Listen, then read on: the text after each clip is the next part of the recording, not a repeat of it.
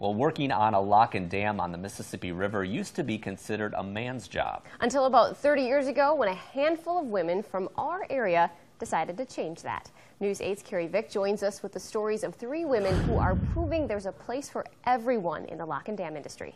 Well, Lisa and Mike, if you were a woman in the 1980s and worked at a lock and dam, it usually meant you were a clerk. Only men worked out on the wall and held the lead position of lockmaster. But that all changed when one woman from our area asked a very important question. In the 1980s, the locks and dams were a man's world. It looked really interesting. It looked like something that I could do. So I asked my boss, and he said, well, you know, there aren't any women lockmasters out there or lock people out there at that time. DJ Mosier was working as a clerk at Lock and Dam 10 when her interest in working out on the lock began to grow, leading her to ask the district office in St. Paul a question that would open a door not only for her, but for countless women after her. I talked to the people up there and I said, you know, we'd like to become a lock and dam operator. How do you do that? Oh, they're just kind of flabbergasted because I said, you know, no women had applied for it before or expressed an interest in it. That's when the Upward Mobility Program was started in our area. It was designed to help train women to work on the locks and dams. In 1987, 4 women, Mosier, Rogine LaSure, Denise Lepke, and Karen Randall, started the course in our area and became the first women to work on the locks. When we went through this Upward Mobility Program, we were basically laborer lockmen.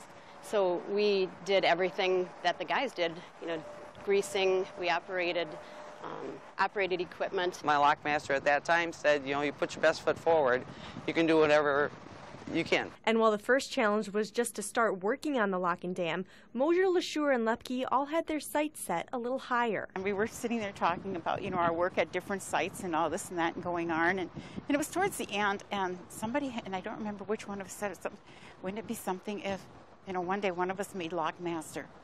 And all 4 just went quiet.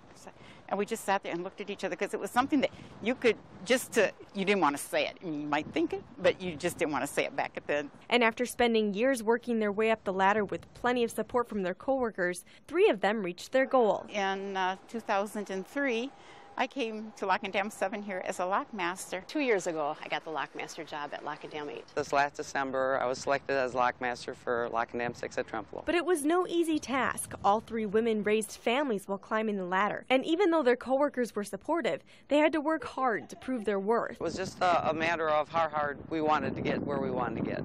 I did the rotating shift for 20 years while raising my family, and I had very supportive in-laws and a husband who took care of the kids as well. There was no shortcuts. I can say that. But all the years of sacrifice and hard work paid off, not only because the women love what they do, but also for the opportunity they've created for women for years to come. And one thing all 3 women stressed when I spent time with them today was just how supportive their coworkers and lockmasters were at the time when they started the training program and throughout their careers.